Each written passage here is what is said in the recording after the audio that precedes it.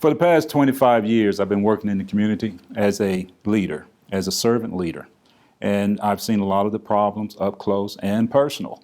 And I believe I can make a difference. I believe I can help move Birmingham forward. So I'm running for the sake of our children, my grandchildren, and the children that are part of this community. I believe we can do better than what we're doing. And I believe I can help us move forward. And that's why I'm running.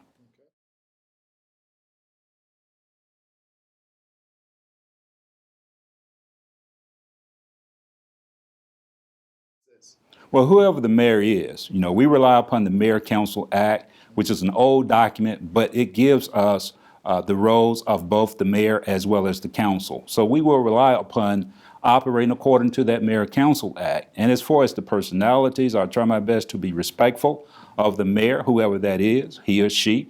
And I also would want to expect respect in return from them and do the work of the business of the city in order to address the needs of the people, without personalities being involved and just rolling up our sleeves, doing what's best for the people.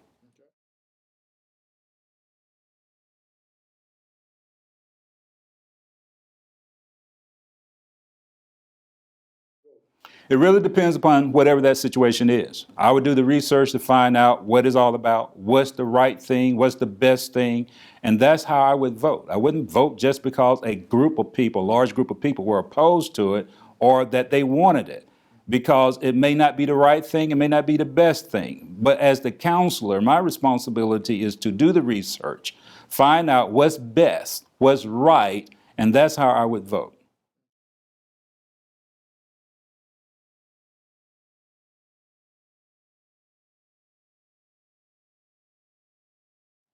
I believe the infrastructure.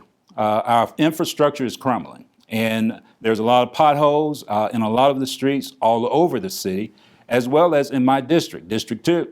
And so I believe we're going to have to address that. We need to allocate more resources to address that, and perhaps eliminate some of the other things that we're doing or reduce the amount of allocation we are allotting other areas.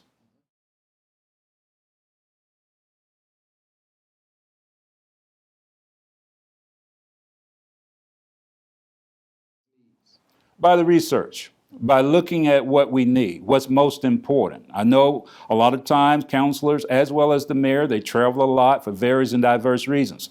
Before I travel, I would make sure I do a cost benefit analysis to make sure the travel is necessary. If it's not necessary, I would not go. I would not advocate for any of the counselors going to anything where we're spending the taxpayers' money and we're not bringing something back of substance. So I would do the cost benefit analysis across the board, making sure everything that we do lines up what we need to do versus what we want to do.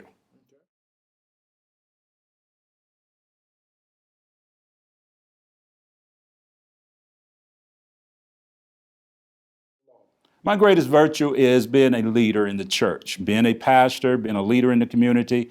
As a servant leader, you learn how to serve and you learn how to be a good example.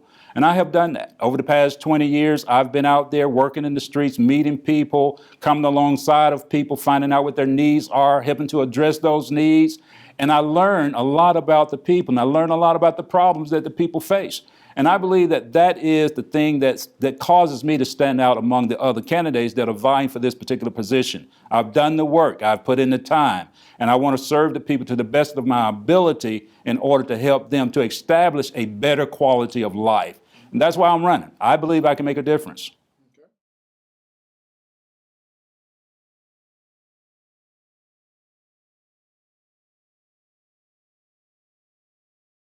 I've lived here pretty much all my life, with the exception of 6 years. I lived up in the Huntsville, Alabama area after I got my degree.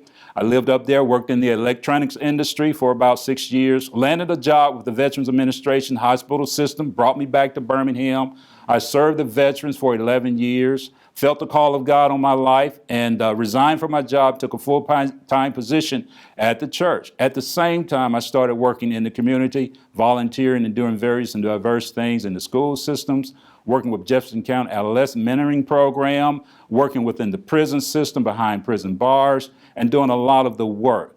And so when it comes to the things that we need to do, I got a good understanding of that. And so I want to help our people with their quality of life, because I've seen it it tends to be going backwards, to be honest with you. I can remember a day when we operated more effectively as a city. We did more things. We were more unified. Now we're not as unified as we once were. And leadership is not unified. And when you have this contention going on between the council and the mayor, nothing gets done and the people suffer. And I believe we need to change that.